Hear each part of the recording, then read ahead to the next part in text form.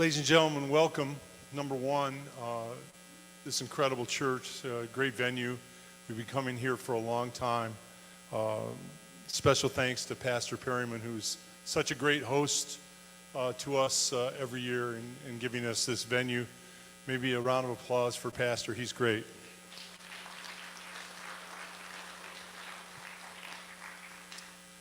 It's going to be a great day today. I know he had a great day last night. Certainly we'll talk more about this during the endeavor, but certainly what Robert does, is remarkable.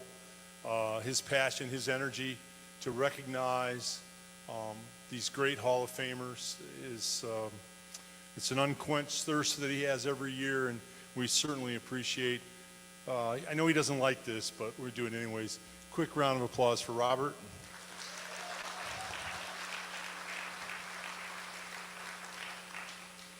He's a very humble man who's done remarkable things in our community. He gets mad when we do that, but that's okay. Also would like to acknowledge from BCSN in the back, Mark Kuntz, who every year they film this and they put it on BCSN. And the reason that Mark's here, and he's, we appreciate his time so much. He's a real talent on BCSN. We were chatting earlier. He does it the right way. Everything's positive, lifting coaches, kids, all about the community. But the reason that Mark's here is he recognizes how important this is in our community. All of our young people need role models. I mean, I don't care. Hey, adults, we need role models. I use role models and mentoring people every day. We all do. And this is a great opportunity to hear some of these spectacular people, their stories and what they've achieved and what they've done, because nothing comes easy. Sitting there, you have life experience. If you think anything is easy, if somebody tells you it's easy, I turn and run from that person as quickly as I possibly can, because my mom told me a long time ago, nothing good is really easy. You have to work for it. You have to earn it. It's a process. And all of these folks have such a great process story here today. This is our 9th year. I can't believe, Bobby, it's been 9 years. You keep looking younger every year. Bobby's not aging. I'm getting older, but Bobby isn't. The 9th year, and it's just a remarkable organization. It's kind of a nice quote from President Obama. I thought this was a very apropos quote. He said, if you're absorbed by what you're doing, one of two things is going to happen. You're going to get really good at it, and whether you are rewarded or recognized or get the position you want or not, the journey will have been a good one. We're here to recognize so many African American sports Hall of Famers that have gone on that journey, and it has been a great journey. When you read their bios, it's a kind of a humbling thing. It's a very humbling thing, quite honestly. When you're in a room, I think I say this every year, but when you're in a room with greatness, I get to do this a lot, a privilege to be able to MC a lot of things in town. When you're in the room with greatness, you know it, and you recognize it, and that's going to be our experience today. There's no question about it. I'll kind of give you a little idea where we're going to go. I'm going to introduce our great soloist in just a second. I'll welcome Robert to come back in, and he'll talk to you a little bit. And then I'm going to call each person up one by one for their bio, have them stand up here, face the crowd. I'll talk about them on their bio and tell you the great work that they've done. And then Robert will come up and give you a little bit of where the Hall of Fame is going.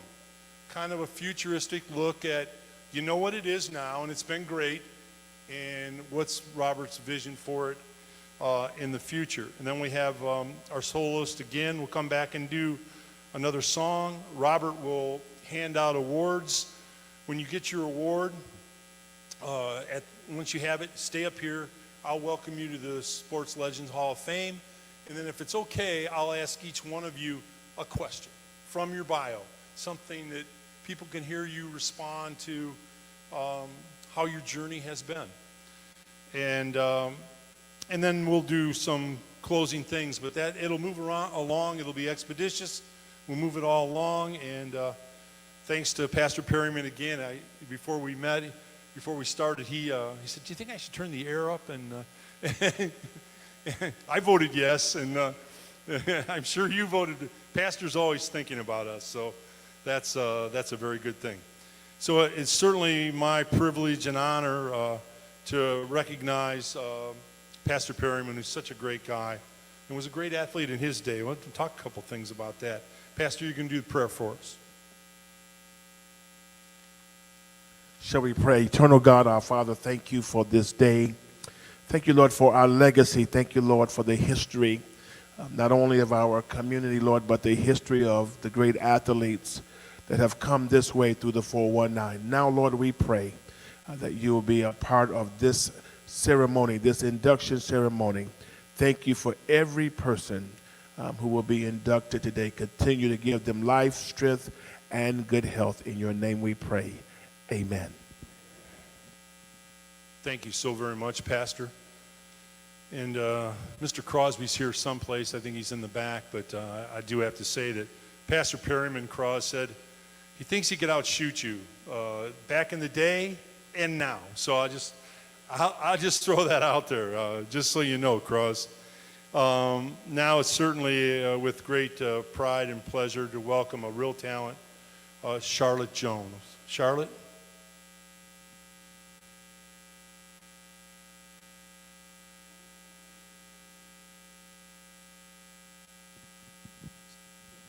Thank you. Good afternoon, everyone. Just really quick, I just believe in getting up and singing, but I'm just going to say one thing. You're right, sir, when you say when you come into a room, you feel the greatness. That's exactly what I feel. Mr. Smith, thank you so much for this opportunity. Lift every voice and sing till earth and heaven ring, ring with the harmonies of liberty. Let our rejoicing rise high as the listening skies. Let it resound loud as the rolling sea. Come on, if you sing it, you know it. Sing a song full of the faith that the dark past has taught us. Sing a song full of the hope that the present has brought us, facing the rising sun of our new day begun. Let us march on till victory is won.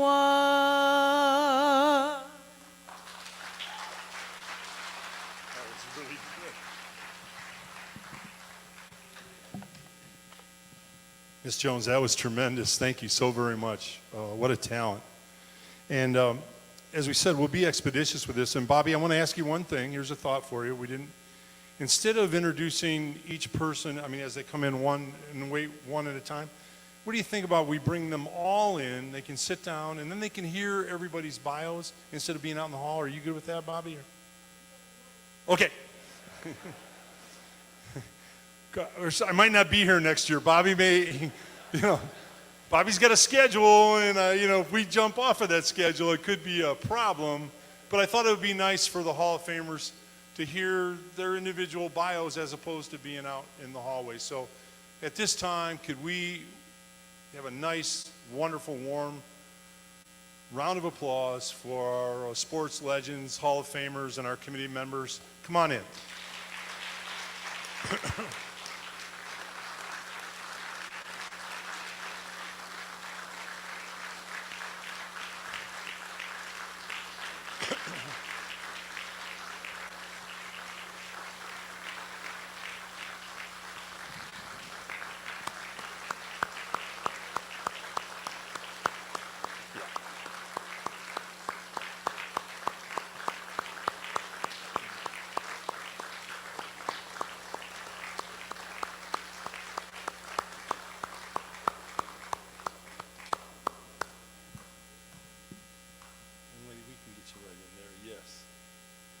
He's a gentleman. I love that, sir. Very, very good. We'll get the rest of our committee in. Can we give our committee a round of applause? They're amazing.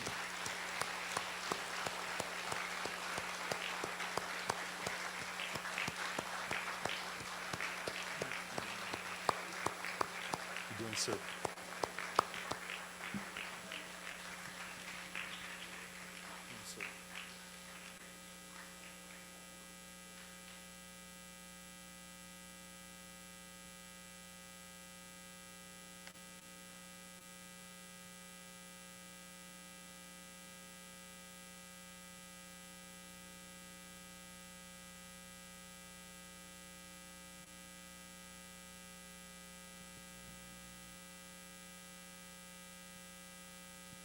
Ladies and gentlemen, a lot of talent just walked in this room. We have a lot of talent out here, but I'll tell you what, there's a plethora of talent sitting right here in front of us. Cross, I don't know if you heard about Pastor Perryman saying he could outshoot you back in the day and still today. So I don't know if Pastor, I don't know. We may have set something up. Mark's here on BCSN. Maybe we get a camera out there, Mark, and we find out. I mean, we take a look at it. We'll see what we can do. Committee members, you're looking great every year. I think you look a little bit younger each time. I'm the only one that's aging. You look better each time I see you, which is great. I'm glad you could all be in the room for the bios. I think that's important.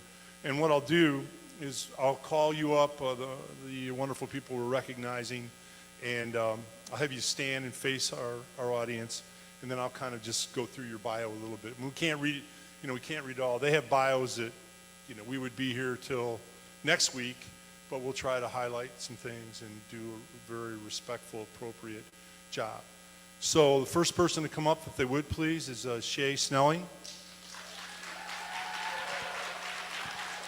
Hi, Sue. How are you? Ladies and gentlemen, if you talk about one of the most versatile athletes in the history of Rogers High School, that's this gentleman to my left. Quarterback on the football team. Love the quarterbacks. Those quarterbacks they're special people. They're always one of your best athletes. They're always one of your hardest workers. Always one of your high character people on the team, and always one of the best guys, one of the best guys on the squad, because they're always in that leadership position. And Shay was certainly that. Outstanding in basketball, multiple sport athlete. We've got to get our young kids more tuned in to being a multiple sport athlete. We have so many multiple sport athletes here and over here. Kids are missing out. They play one sport, and somebody's feeding them a line that, well, if you just do this sport and nothing else, you're going to be great. Well, they may be very good, but they're missing a whole nother lifetime experience by not playing in another sport. I interviewed Dr. J one time, and he said his greatest, Dr. J, he said his greatest experience in basketball was, and I think I may have told you this before, but bear with me. He said his greatest experience in basketball was at the end of his career, didn't have the legs anymore, he came off the bench. First time in his entire life, he did not start. He said, I learned more about myself coming off the bench, being a role player, contributing to the team, not necessarily being the go-to guy. And I think sometimes our kids miss out on, maybe they're great in football, just okay in basketball, but you learn so much because you're not the star, because you're not always going to be the star in life. It doesn't go that way. So how do you handle that? Do you pout, cry, put your head down, or do you get back in the game and help your team win? So Shay's a multiple sport athlete, outstanding quarterback, great in basketball, and oh, by the way, just happened to do a little pole vaulting. If you know anything about pole vaulting, you go watch them in the track meet and you think, why would anybody do this? It's a little frightening. And Shay held the record at Rogers for just 25 years. Yeah. Then he went to Kentucky State. He is a gentleman that's remained committed to our community as a FedEx manager. He's a girls track coach at Sylvania Southview, defensive back coach at St. John's, Shay is given back to our community at every possible turn. Shay Snelling.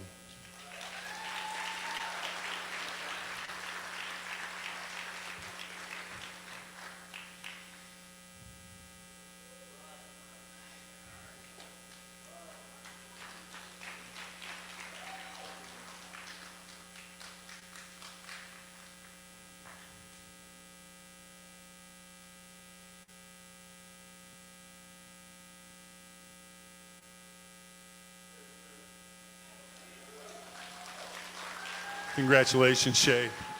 Great job. And it fits pretty good.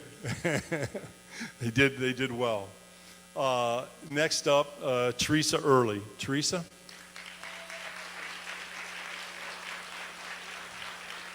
Either side, Teresa, whichever one you want. Thank you, Teresa. Teresa at Scott still holds, you know, when they say people still hold records today, you know, all records for the most part are made to be broken, but Teresa still holds the record of Scott in the 800 and the 1600 meter. She went to Kentucky State, full scholarship in track and field, has a master's in education. Now, correct me if I have this wrong, Teresa, because this is a very important job you have. She's a policy analyst in the Department of Human Resources in the District of Columbia. Is that right? Department of Human Resources. That's a pretty good job, young lady. Okay.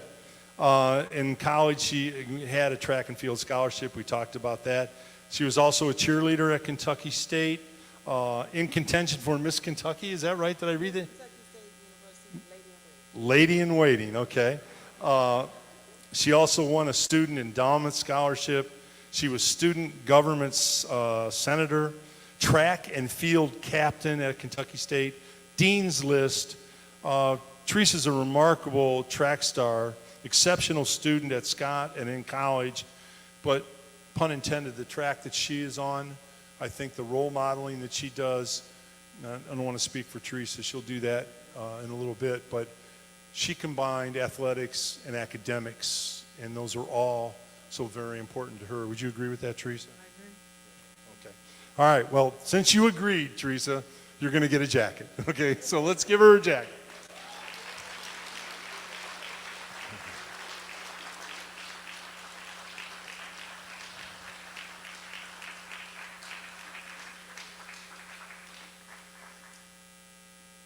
Hey, sir, you want to come in front so we can get a picture of all of you?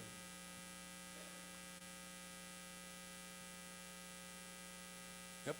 We'll get you in the middle, young lady.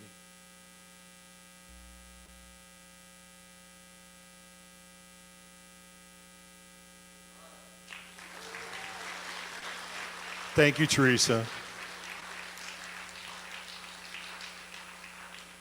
Teresa, that jacket looks good on you. It really does. Next up is Robert Clark.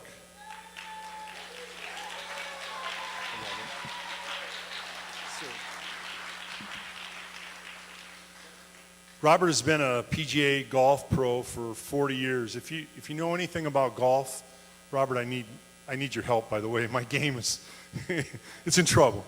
Been a golf pro for 40 years. It is extraordinarily difficult to become a golf pro.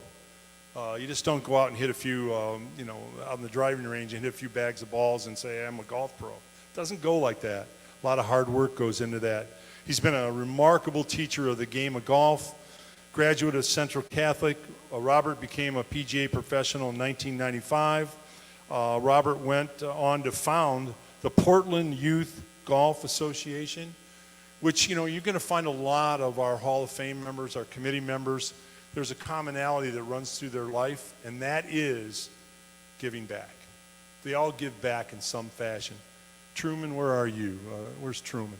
How many years, Truman, for the officiating? 31 years retiring as official. 31 years helping the youth in our community. Robert spent a lifetime helping young people learn and understand the great game of golf. And later in 2011, he became assistant golf coach at Alabama State University. I think that when Robert talks to us later, he would probably tell you that the game of golf is It gives you values and principles that you'll carry with you the rest of your life. You know, we've all played golf with some people that, you know, they took 12 shots and we get to the end of the hole, Robert, and they say, what did you have? And they go, yeah, give me a 5. Well, we can give you a 5, but that's not what you really had.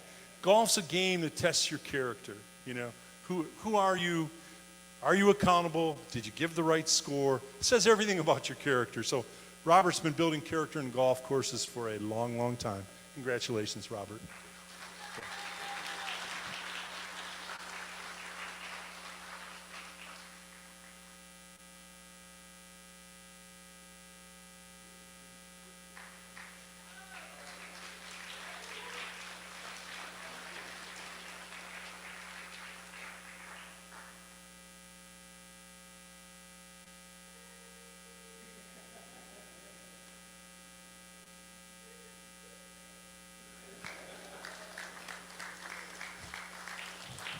Robert, that's worth the price of admission right there. You look good, babe. That's as good as it gets right there. And he does. He looks great. Next up, Nigel Hayes Davis. Say, big man, congratulations to you. Nigel was first team All-Ohio in basketball at Whitmer while maintaining, I love this, 4.3 grade average. Yeah. Nigel was first team All-Blade, obviously became a Wisconsin Badger star. We'll talk about that. Certainly a local star in our community on BCSN. Mark, you probably did a ton of his games and a ton of his highlights. He's kind of been in high school as a human highlight film. Earned a BA in finance and banking in 2017. Nigel's been playing in Turkey and Spain through 2022. Fourth all-time scorer in the history of Wisconsin basketball. It's a pretty good history of basketball in Wisconsin, by the way. And he helped to get Wisconsin to 2 Final Fours, which, you know, is really exceptional. Being an incredible basketball player, being a wonderful academician. But there's another side to Nigel that I found that was so interesting to me. I don't know if I'm okay to say this, Nigel, or not, but he's an entrepreneur. He's a creative gentleman. I think I have this right. So at Wisconsin, you know, you go to the football games, right? And everybody, if you've ever been to a Wisconsin football game, they're all out grilling and tailgating everywhere.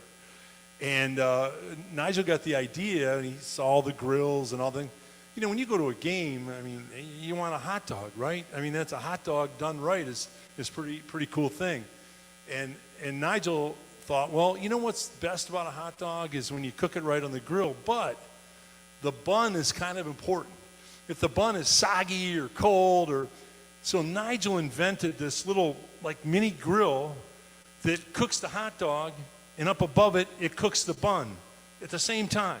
So then when you take the hot dog off, you put it in the toasted bun, and away you go. Nigel, I thought that was a pretty cool thing. Thank you very much.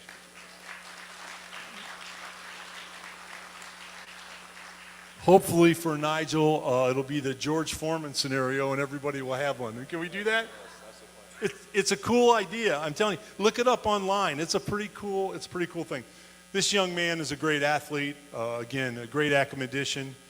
Very smart young man. Has done a great job in his community. He's represented his school so very well, whether in high school at Whitmer or in college at Wisconsin. Just a class act. Nigel, congratulations to you.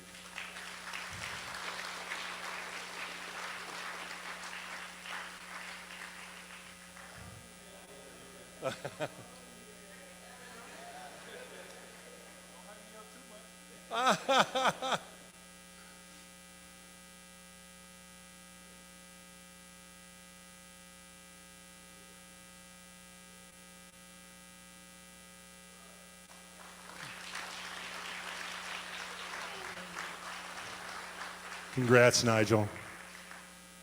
How about guarding Nigel? I think it might be a problem. I think he could post us up. I think with the long arms, you've got a problem with him guarding you. He's a great player, a great person. Next up, Melvin Newborn. Congratulations, Melvin. Yeah. Melvin was a great player in his own right, senior year at Scott High School. And how many great athletes have come out of Scott High School?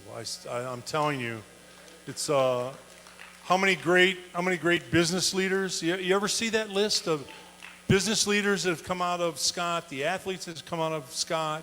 It's an incredible school with an amazing tradition. Senior year at Scott, Melvin averaged 23 points a game. In high school basketball, the games are, they're pretty short. 23 a game is excellent, outstanding. He was a sectional district champ. He was named Ohio Player of the Year. How many good basketball players are in Ohio? And Melvin was named Ohio Player of the Year. Scholarship to the University of Minnesota. Melvin played with a number of teams in the CBA. He also played with our Detroit Pistons. Actually, Melvin, I wish you'd go back. You could help them a little bit now. I'd like to see the Pistons get better. Right? Cade Cunningham, I like him a lot, but the rest of the guys, it's a little problem, I think. Melvin played 33 games with the Pistons at Minnesota. He averaged the Big Ten. If you ever watch the Big Ten, or whatever it is now, how many teams are in the Big Ten? The Big 30, I guess. Everybody's going to be in the Big Ten. But when you average 13 points a game, 4 assists, and 2 steals in the Big Ten, you're doing something. You're a heck of a player. Melvin, every place he was on the basketball floor, high school or college or later, he dominated. He was a dominating player on the hard court. Congratulations, Melvin. Yes, sir.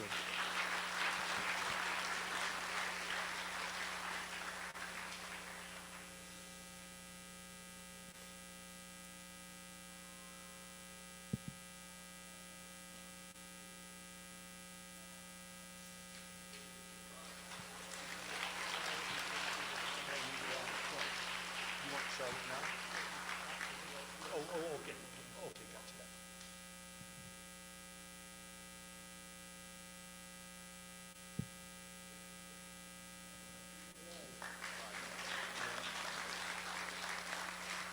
Look great, Melvin.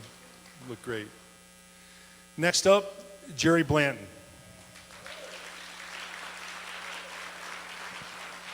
Congratulations, Jerry. Yes, sir.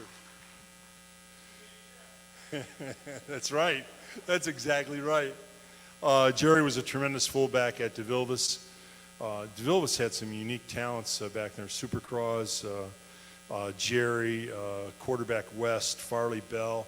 I coached against your teams. I think we played twice in the Shoe Bowl, and you beat the heck out of us both times, and rightly so. You guys were special, no question about that. So Jerry was a great high school football player. He went to, this is interesting to me. When they put a first in front of something, you know, he's the first freshman to start in Kentucky football in the history of Kentucky football.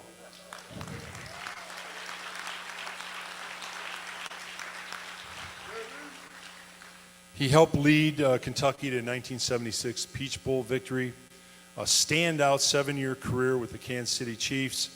He was a great special teams player, really a remarkable special teams player. Now today, special teams is everything. You win games. You win games. People didn't realize, I don't think, early on that you win games on special teams. If you're solid there, you can maybe not be as good other places, but you can win, right?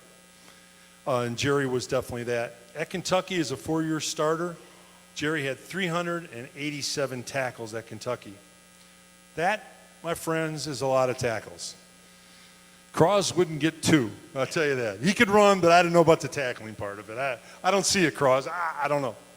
1980, he was starting inside linebacker for Kansas City, and I'll tell you what, folks, that's a tough place to play.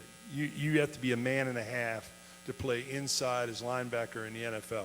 I guarantee you. Those guards come out on you. Those ain't small people. They are trucks coming out to run you over. At Kansas City in 1983, that season he had 136 tackles. He led the team. It led the team. But get this, on a Monday night game, Kansas City was playing San Diego. All Jerry did was have 17 tackles on a Monday night football game. Yeah.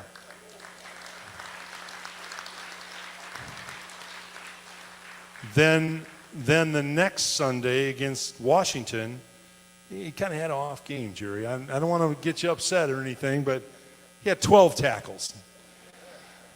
Some guys, that's a career. I mean, I don't know.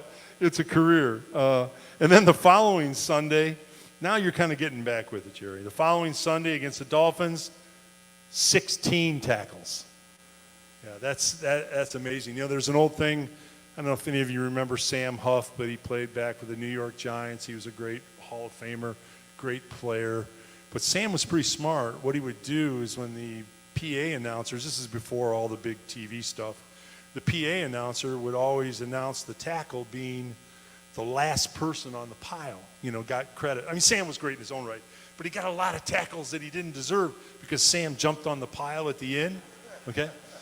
So a guy I know who played for the Giants made the tackle. He was at the bottom of the pile. Sam did his running over and jumped on, and one of the guys in the pile was trying to get up, and the other guy said to him, no, can't get up yet. Sam's not here. As soon as Sam got there, then they could get up, you know. So Jerry's a remarkable football player, had an amazing career. It's hard to express how difficult it is to play football in the NFL, to have the discipline, the intelligence, what they ask of you is remarkable. You're a true Hall of Famer, Jerry. Congratulations.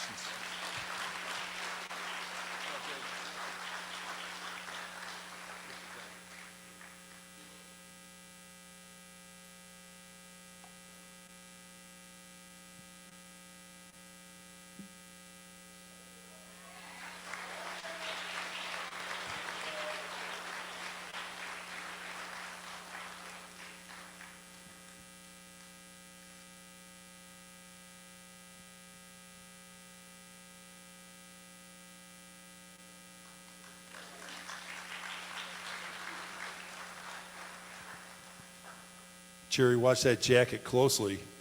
Cross might try to, you know, don't put it on a chair someplace. It could be gone. Next up, Mr. Donald Collins.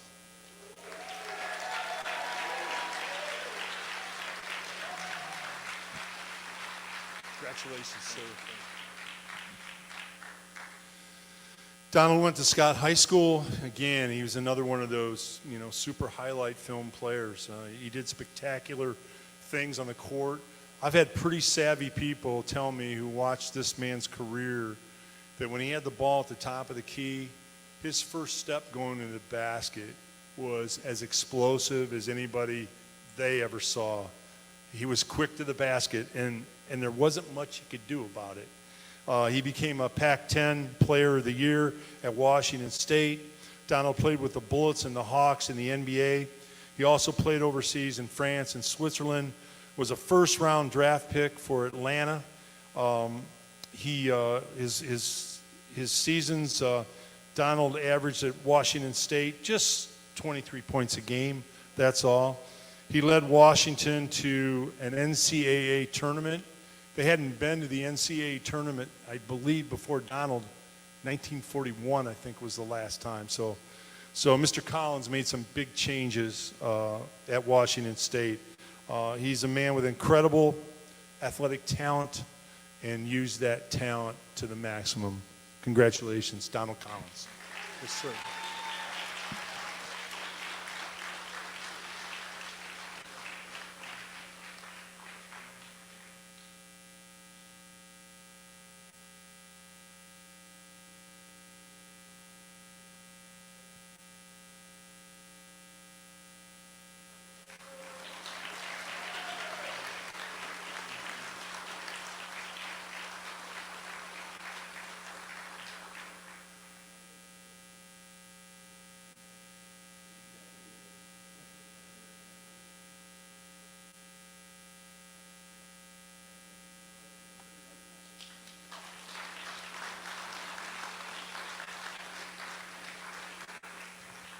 Congrats, Donald.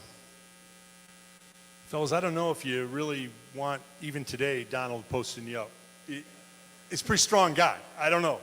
He might be able to back you down. Nigel, he might be able to back you down a little bit. I don't know. maybe when Pastor takes Cross outside, we'll see we can do something here. Next up is Myron Bell. Congrats, Myron. Was a great two-sport athlete at Maycomber in football and basketball. Again, promoting for young people to play multiple sports. Don't just focus on one sport. It's not the way to go. In 1988, Myron and a guy I just haven't really heard that much about, but maybe some of you know, Jimmy Jackson. I don't know. Pretty good basketball player. Yeah. Myron and Jimmy Jackson and their teammates won the state championship in basketball. Do you know how hard it is to win a state championship in anything? There's so many great players out there. It's so difficult. Myron went on to have an extraordinary football career at Michigan State. He was drafted in the 5th round of the NFL. He then became a fantastic safety with Pittsburgh and Cincinnati.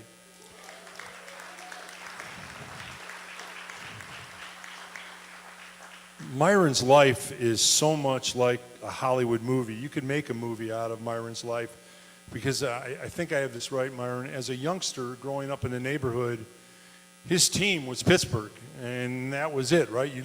You liked the style, the way they played. You liked the colors. He was Pittsburgh through and through, 100%. Can you imagine what that had to feel like for Myron to get drafted by the team that you've always dreamed of, put those colors on, play so great for that team in that stadium, and then go to Super Bowl 30 with the Pittsburgh Steelers?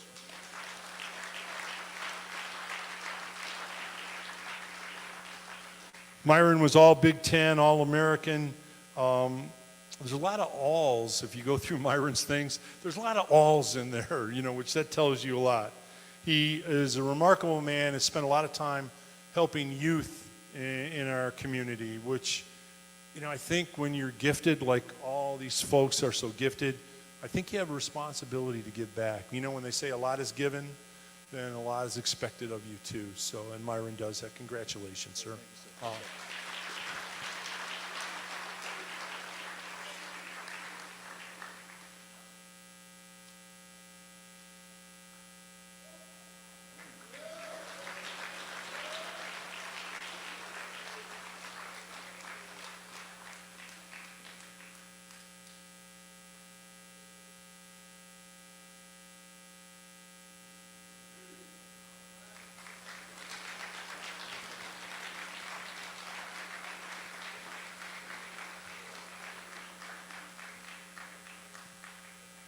Ladies and gentlemen, does Myron look like he could still play?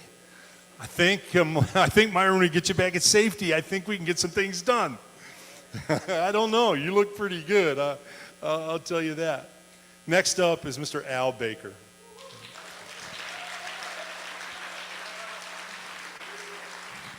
Congratulations, Al.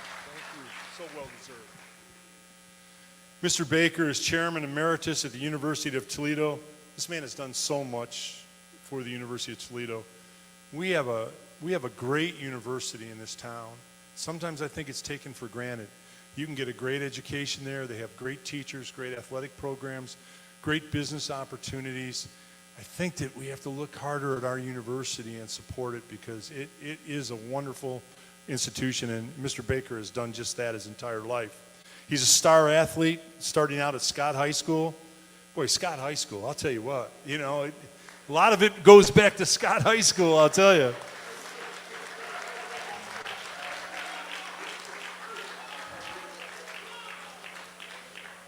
Al was a remarkable receiver for the legendary 35-0 University of Toledo football team. Football, we all know football, right? That's, people love football. You win 35 games. I played and coached my whole life. I couldn't even imagine winning 35 games in a row. Al is only one. There's only three people in the history of the University of Toledo in a 35-0 run, which will never be broken. Miami got close that one time. It'll never be broken now, the way football's run and the transfer portal and all the stuff. Al is one of the three people that started every game for the Rockets in the 35-0.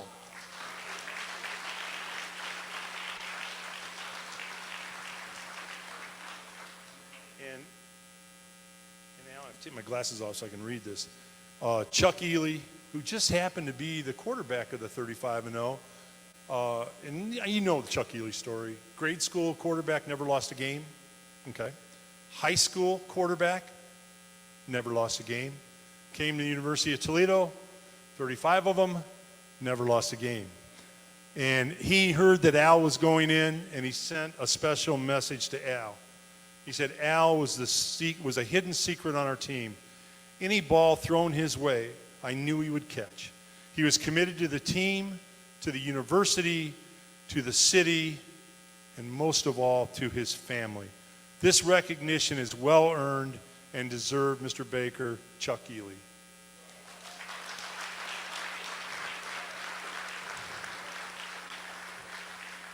Al's three-time All-MAC conference, and if you know anything about the MAC, it's a tremendous, tremendous competition conference. And when Al left University of Toledo, he held the UT record in 1969 for the most receiving yards in a single game. I think it was against Ohio U, Al. He just had 160 yards, that's all. So, Al Baker, congrats. Yeah.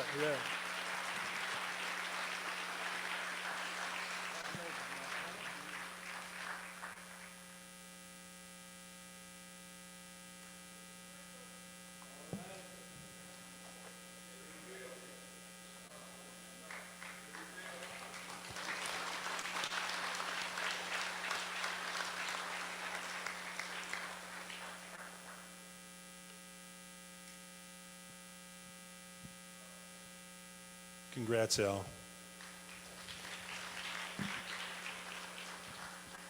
Thank you, Al, for being a champion of Toledo. Willie, thanks for the Chuck Ely note. Thank you so much. And Willie, in the day, you want to talk about a great player right here? Willie Loper. Oh, my gosh. Willie scared a lot of people. He was that good. I mean, he was really good. At this time, Miss Jones, who entertained us early, she's going to come back for another rendition. And again, you talk about talent. It's pretty easy to recognize when you see it and when you hear it. This young lady has both. Miss Jones. Congratulations, congratulations, congratulations. I love you, Lord, for your mercy never fails me. All my days I've been held in your hand.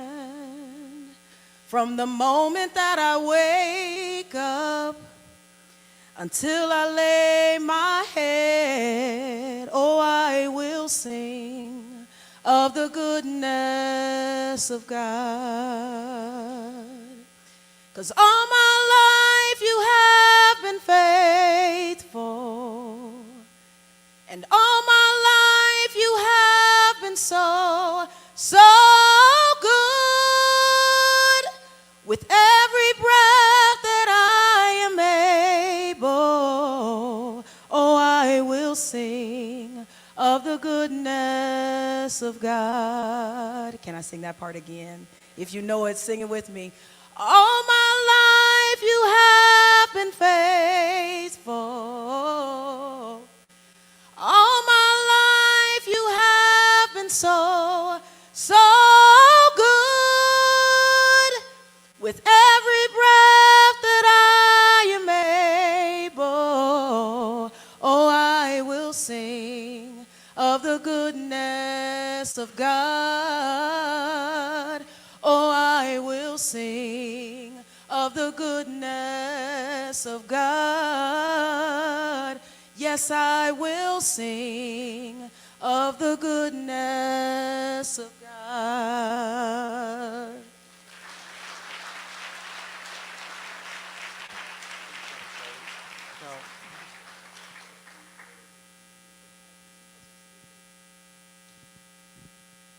Charlotte, that was fantastic. Thank you so very much. What a wonderful voice.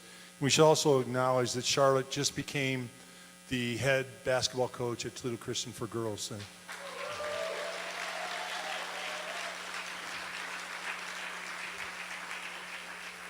again, another example of giving back, right? How many coaches or teachers make a difference in a young person's life. You know, sometimes we don't realize not every family has mom and dad together. You know, just in our culture today, a lot of times it doesn't work that way. Sometimes it's one parent, and that parent might be working 13 hours a day, and so therefore a teacher or a coach can be a surrogate parent in a way, and they can help kids in so many ways. So we always look to do that in the community. Now, Robert's going to kind of give us a where are we now on the program, Sports Legend. You know, where are we now? Kind of it's his State of the Union, really, and where are we going in the future? You know, it's so hard to start anything. You know, when you start an organization, you start a cause, whatever it is, to start it and have it be successful, and have it be successful for 9 years, as this has been, that takes real smarts, real hard work, and a bit of genius there. So let's bring a genius up here. Let's bring Robert back up.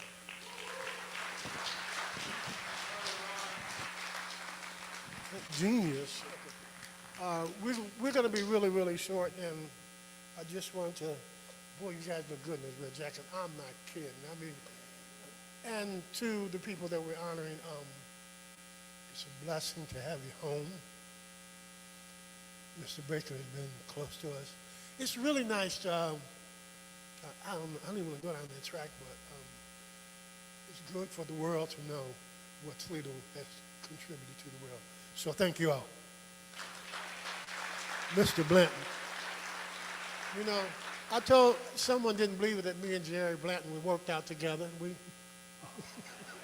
Jerry didn't believe it either. Very quickly, when we started in a trailer. Actually, we started in my apartment. We moved to the trailer. We've outgrown Collingwood. It's been a blessing. I'm telling you, people say, Robert, I'm telling you it's because somehow everybody understood the vision. We know where we've been. We know the experience. So thank you all for helping us. We're at the period of working toward creating the cultural center on the old Washington School property.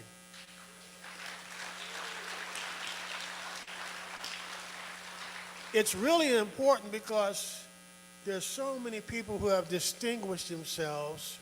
We have run out of room right now. And we want to share this story in a larger way. We're also talking about creating a historical district. In that, we want to bring people into the city to understand the Toledo experience, to understand our community, to have a cultural experience. At the same time, we want to elevate our own community. We want to change the trajectory of what we know used to be and what can be. I'm going to be really short. So we're on our way to Columbus in the next 2 weeks to look at the King Lincoln Historical District. A Toledo native, former Mayor Michael Coleman, is going to hold court and explain to me how we're taking a bus down to see this. We invite you to be a part of this experience. One of the things we're going to do is we're going to create a permanent exhibit in our current and future home.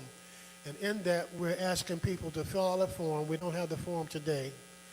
We had it last night. We want you to fill out your family's first residence. What we want to do is include your family, you and your family in the legacy.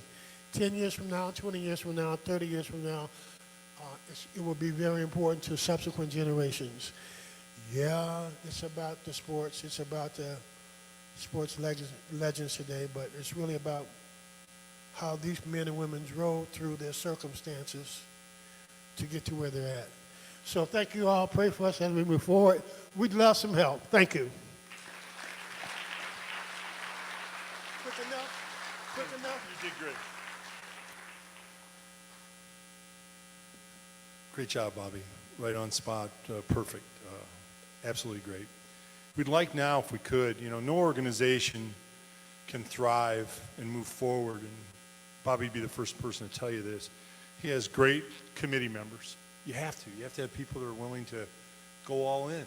It's not something you can do halfway. And he's got such folks here today.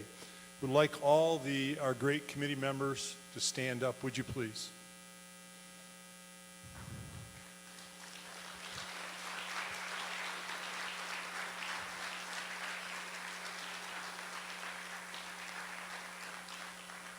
Stay up, gentlemen. They're getting a picture of you.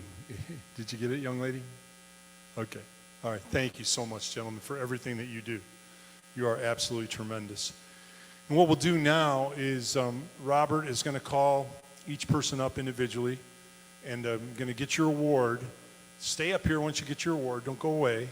And I'm going to ask you one question. Everybody gets one question to kind of talk a little bit about their experience. So, Robert, can we do this? Bobby says yes. So with this, Tom is kind of creative today. I'm doing a curveball. Okay, and I don't have. It'll be my last year here, I by don't the have. way. I don't have script. So what you Here, say? I'll give it to you. The first person to. Okay, the first person that to receive the award as we're going in the same order is Mr. Shay Snelling. Mr. Snelling, would you step forward?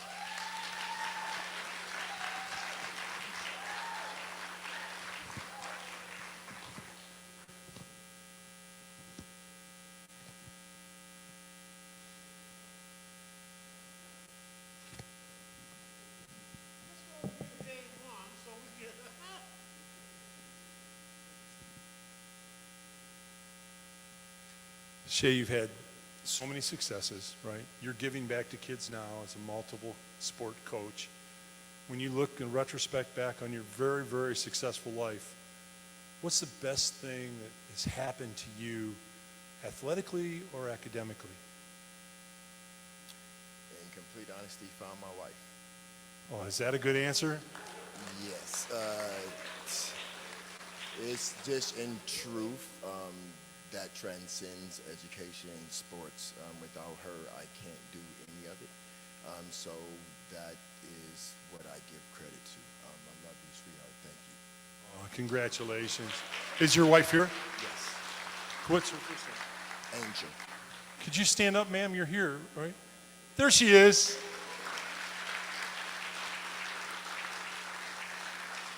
Young lady, you did good, right? You know, and what Shay's talking about, if you've ever coached, it takes so much time. Coaching is, Carter, you know how much time the coaching takes. You were a great coach, great quarterback at Maumee Valley. If you don't have a partner at home that embraces that, say, okay, I know you're going to be with the kids, you're gone, 12 hours, and you're gone at night, and if you don't have a partner that embraces that, you cannot be successful. So the partner in coaching is really a partner in coaching, right, Shay? I couldn't do it without her. She allows me to train athletes all over the state, coach 2 different schools. I train my daughter, my nephews. My other nephew plays for the Spurs. She allows me to travel. Plus, we own an international management company and 2 in Africa. So she gives me that freedom to really be the man that God has designed me to be. And so she is truly my partner.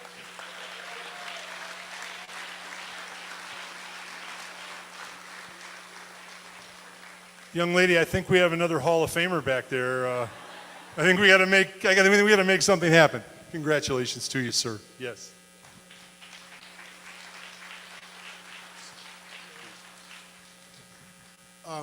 The next individual, full of pep. I'm really happy that she chose to come back home. She remains a bright star. We'd like to honor her this moment with another award. I'm sure you have plenty. Miss Teresa Early.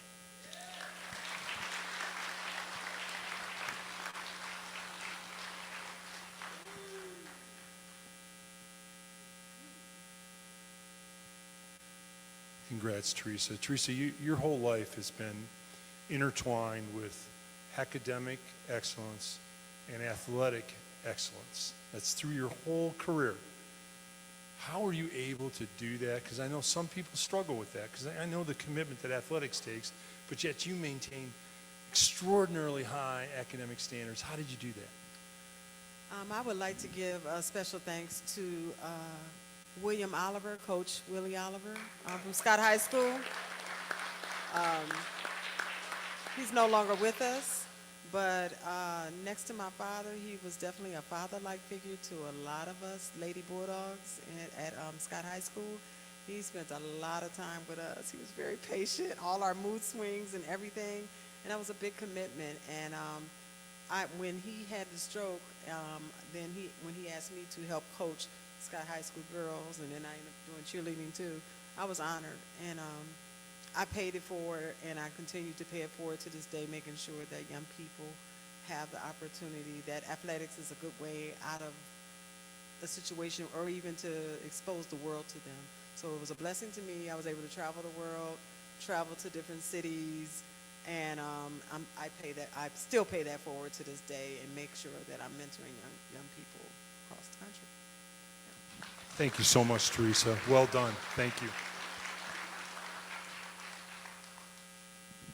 There's nothing like sharing the mic, huh, Tom?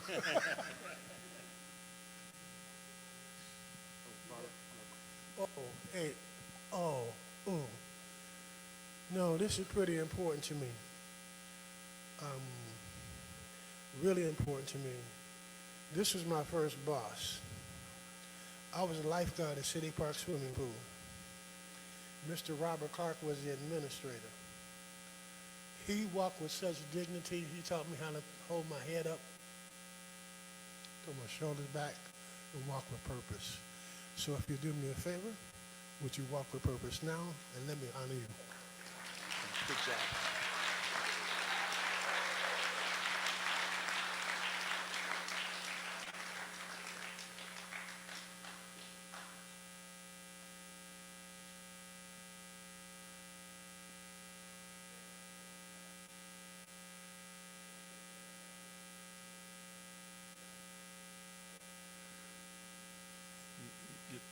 You good?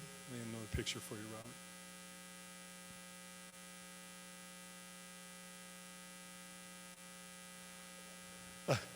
Robert, I have to ask, did Bobby ever pull anybody out of the pool as a lifeguard?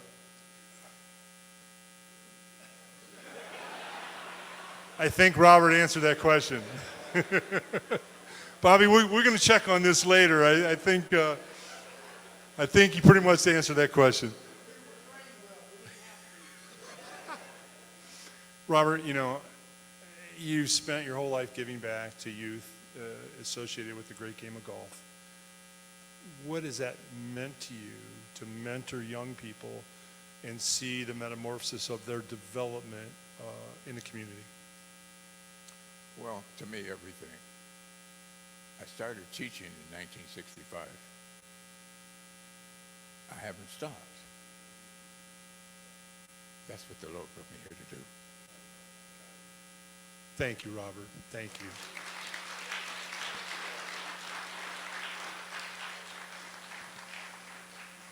To answer your question, at City Park, we had a rule. If you wanted to go into the deep end, you'd have to swim across. We only had a couple of occasions where we did have to grab someone. Kids knew that they had to be prepared to swim. And actually, I just went to a meeting this past Thursday where we're talking about trying to reopen that pool. I tell them all the time, they got a splash pool. I say, you have a splash pool. You're teaching our kids how to dodge raindrops. They already know how to do that. Next to,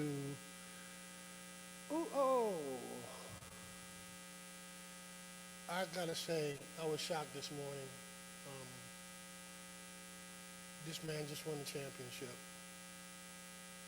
There is no expectation that he will come to Toledo to be honored. Where would I be if I won a championship? I hope I would be a Nigel Hayes and come home to be honored by our home community. His mom and dad have been glorious throughout this process. I thought Mr. Harper was your stepfather. He is your other father. Mr. Harper fought for you like crazy. You have to tell us the story, please. Mr. Nigel Hayes, may I present?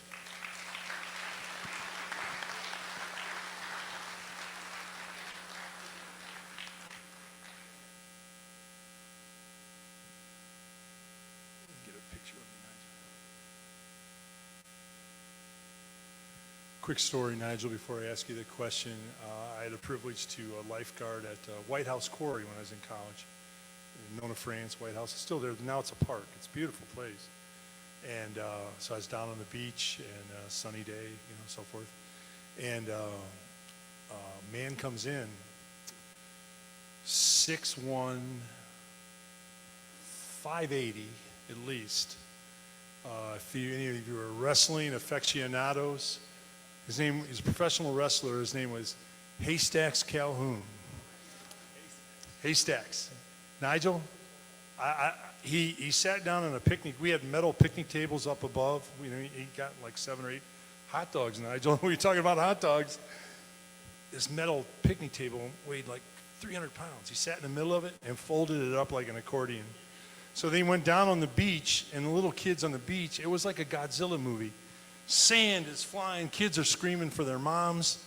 So somebody came up to me and said, what if he can't swim? Who's going in after him? Haystacks was a big man. He jumped in, and he was so buoyant, he didn't even swim. He didn't even have to move. He just kind of bobbed around out in the water. Haystacks Calhoun. So, Bobby, I was a much better lifeguard than you were. Nigel, your whole life has been successful. I mean, everything you've done academically, athletically, business-wise, it says success. What is your secret to that, Nigel, if you had to boil it down to something? My parents, my mother and stepfather have been tremendous in, educating me, leading me in the right way, making sure that I know right from wrong. There's probably 4 or 5 quotes my mother has said to us since we were children that I live my life by. One of them being, how you do anything is how you do everything.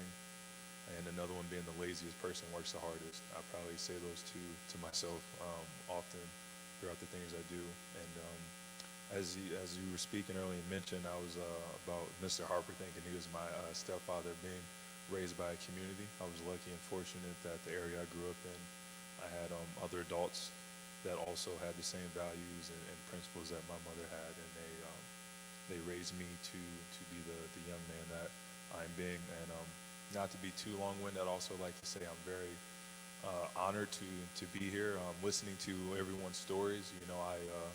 I feel like a little bit of imposter syndrome. I'm hearing people like, you have this record that's 25 years, and you were the first to do this, and everyone has all these amazing accomplishments, and mine was just 4.3 in high school. So I really appreciate this, because me being 29, still doing what I'm doing, I have the ability to continue to add to my story and my legacy, and being inspired by everyone here and seeing how they've taught, how they've achieved, how they've given back, how they've reached out. It inspires me to try to continue to make sure that my little tiny space in the museum is something I can add to and be great to. So thank you, everyone, for the award. Appreciate it. Well done, Nigel. Thank you so much. Mr. Harper, you did well. Now, Scott High School, right, Mr. Harper? Is that right? A Ram. I'm thinking of Scott. Okay. Rogers is represented here today, right? Okay. All right, next up. Next up, Robert. Next up, I think this guy has what they call grit. I think this guy is a guy who had determination. I think this man decided he was going to succeed. I think it's time for me to introduce Mr. Melvin Newberg. Good job, Bobby.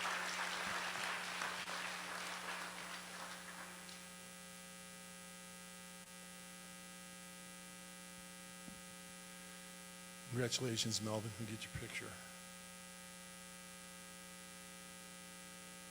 Melvin, I saw you play in high school, and I had a feeling, I don't know if it coincides with the feeling you had, when you were out there in high school doing your thing on the court. I felt like you felt you could dominate anybody on the court. Did you have that kind of feeling? Yes, I did. Yep, I did. my mindset was to go out there and play hard and just dominate. I owe that all to my siblings. Actually, I want to take the time and say I owe that to Lady Pearl Newbern, which is my mom. My big brother Charles Crockett, my big sister Wanda Newbern, and my other sister Irma Newbern. And then two of my nieces over there who grew up to be my sisters with Charnel Newbern and LaShonda Newbern. Can we have the family stand up? Can you stand up for a second? Can you stand up for us? Round of applause if we could.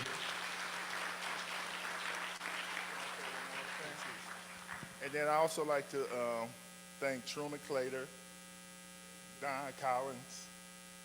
They paved the way for me while I was walking the halls of Sky High School. And then I also like to thank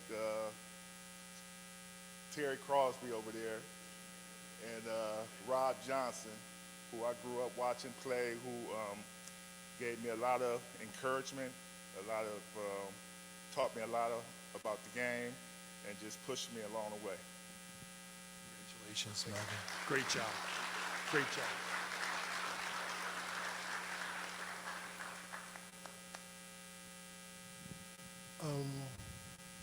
The first time I met this gentleman, I knew he was the real deal. I don't really think it made a difference what field he was in, academia or otherwise. I really do believe he's one of the purest people you will ever meet. He doesn't play the game. He's passionate, but he won't tell you. You have to understand that. I have so much respect for him, in which respectfully, it's time for me to welcome Mr. Jerry Banton into the Sports Legends Hall of Fame.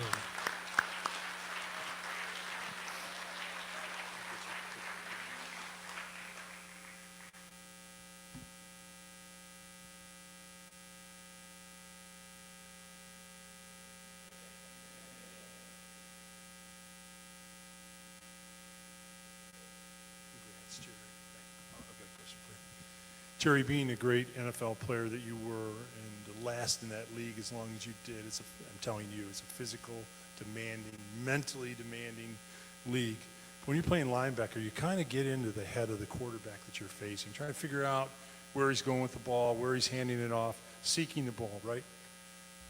Jerry, you're a quarterback that you had the most respect for of their game that you competed against.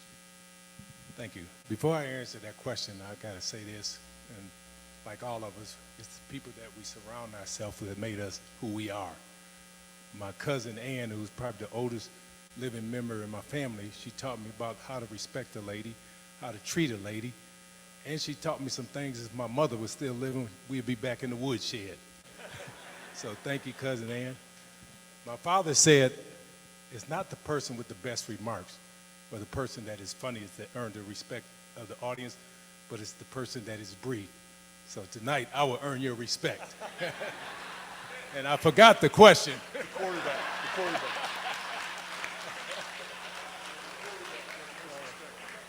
I didn't have respect for anybody. So, you had that mentality that is, on Sunday you kill, and on Monday you be calm. And that was my mentality. So if you had a different, sometimes you had the same outfit in practice, I tried to kill you.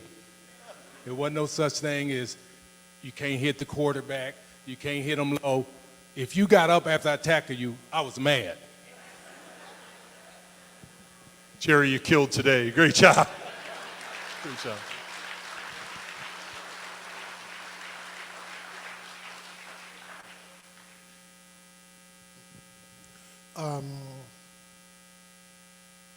Donald Collins.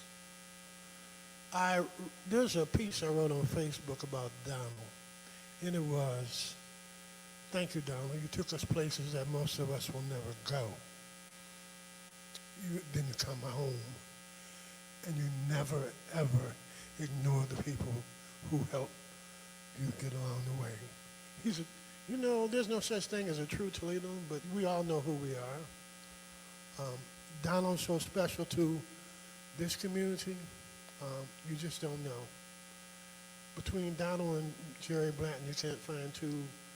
Well, there's few people sitting over there in red jackets. I'll take that back. But these guys two are special. Important. This is your time, Mr. Donald Collins. Please allow us to celebrate you. Please come forward. Good job, Bobby.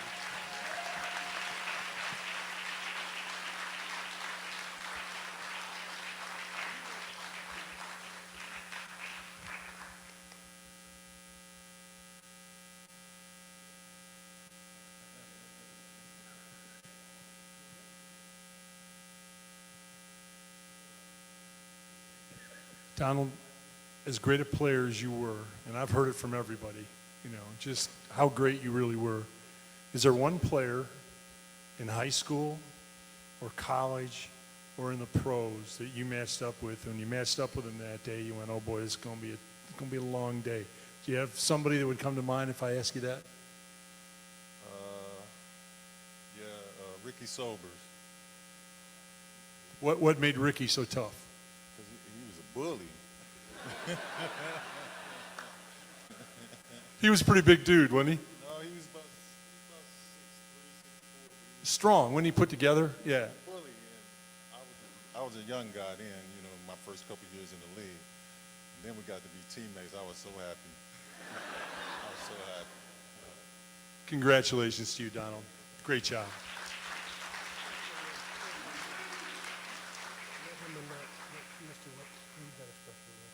Oh, okay.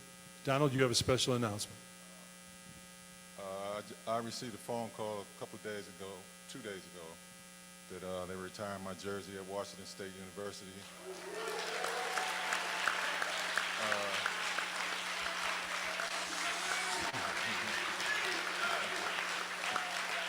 So nobody can wear number 42 ever again. Congratulations, Donald. So well done, Donald. Great job.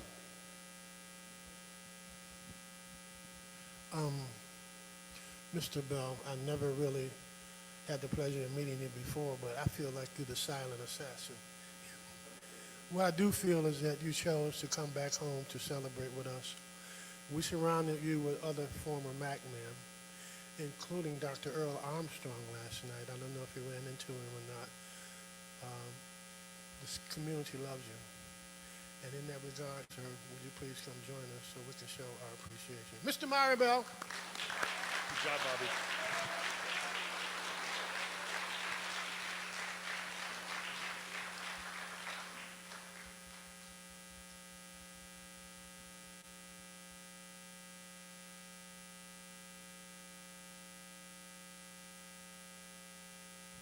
Now, Myron, when you're playing in the NFL, it's safety, right? You got to square up with people that, they break a trap on the inside, something off tackle. They're running downhill, north-south, and I'm telling you, you don't know. These guys are big dudes, and they're strong. Who was the toughest guy that you had to square up with from the safety position? It's hard to pick one. You can't pick them, and they're all big, they're all good, man. So that's why you can't get caught up in who's this, who's that, and the limelight, man. Everybody got to get the same thing. Who was the most elusive guy? Barry Sanders. Yeah. Barry Sanders was by far one of the toughest guys that I had to tackle. Barry's like trying to catch water, It's a pretty tough You can't, right? Yeah, you can. Congratulations to you, sir. This is a wonderful opportunity to join this club, this fraternity. We all know what football and sports mean to us. It's life. You got to learn how to respect, how to bond, how to be held accountable, how to lead, how to follow, all those things. And that's the way, it's the blueprint for life that we follow to this day and to our dying days. We use some of those rules, and it guides us through life. Then we pass along to our kids, and then the kids pass along to their kids, and that's how it goes. Because off the field, parents, my mom, grandmother, in my teenage years, my mother-in-law, growing up with my sweetheart, Kim, my wife now of 23 years, right? Went to Rogers. And as Snelling mentioned, we, as far as getting into mentoring and coaching, it's really the women behind us that's holding us accountable, that's supporting us while we're going on these 707 trips for 3 and 4 days, you know, and the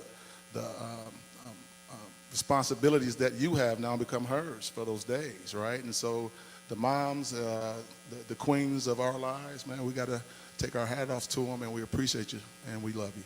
Thank you. Congratulations, sir. Well done.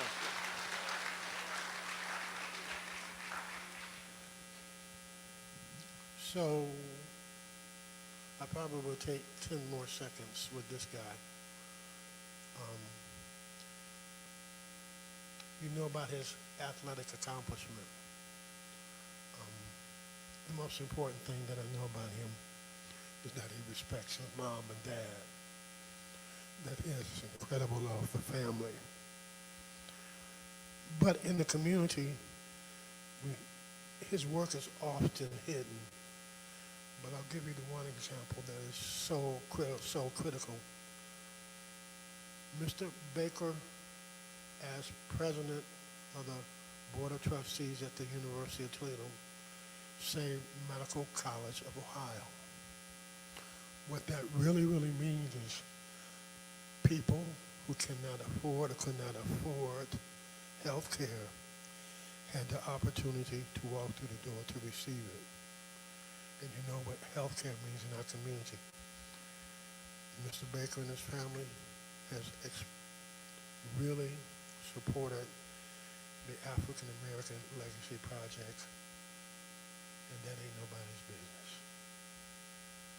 So, I'd like to welcome Mr. Al Baker to the African American Sports Legends Hall of Fame.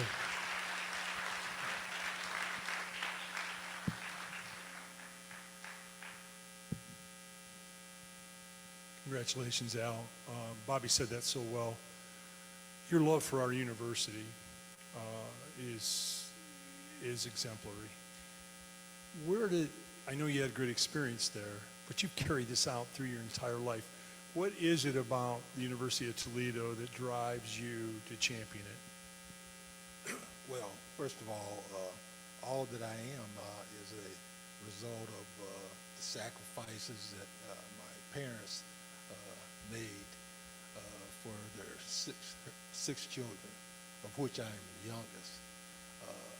But beyond that, at the university, what we're trying to accomplish over the years is to be excellent and to do those things that are beneficial to the community and makes it a situation where folks can come and grow and be contributors to the community. Well, Mr. Baker, you've done that and more, and we sure appreciate you. Congratulations, sir. Congrats.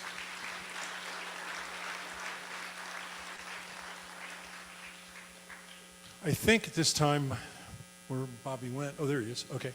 Bobby, we get all the award winners up in the backdrop and take a picture. Am I right about that? Is that good? Is that what you want? I think, are we at the conclusion? I think we are. Okay. So, first of all, you've been a wonderful audience, no question about that. And also like to acknowledge our great former mayor here. He did so much for our community. If you know him, you know that he bleeds Toledo. Mr. Carty Finkbeiner, thank you.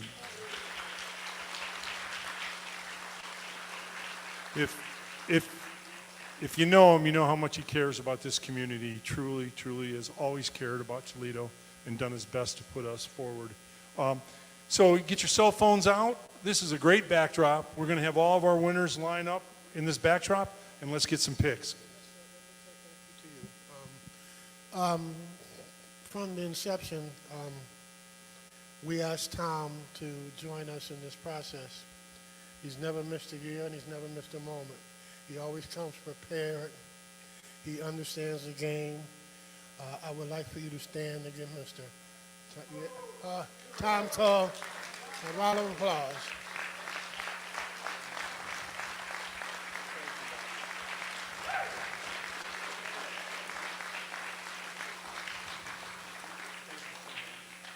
Thank you, thank you. And we have a brand-new Bugatti outside. Also, thank you so much. That's so kind of you. Thank you so much. Again, Mark Kuntz from BCSN for covering this every time. He does a great job. Watch him on BCSN. Mark does sports right. He really does. It's all positive plus community. Jason Lockhart, who's the director of BCSN, and Jeff Shook, who's the president of Buckeye. That's why Mark gets to come here, and they understand the importance of this in our community. Pastor Perryman, thank you for everything that you do. You're incredible. You've been a remarkable, every year you're a remarkable audience, and we appreciate you so much. And what Bobby does is truly remarkable. Okay, you gonna do it, Bob? Oh, Pastor Perryman, okay.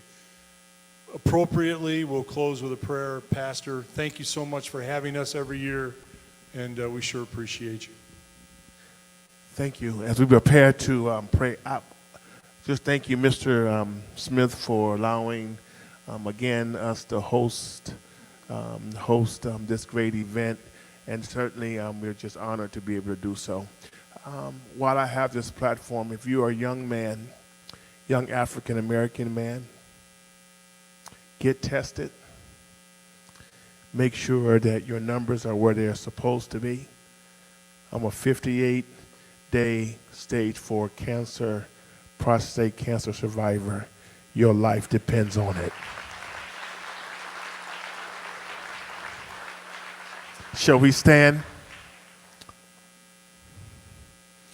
May his grace, may his peace, may his happiness, may good health follow us the rest of the days of our life. Amen.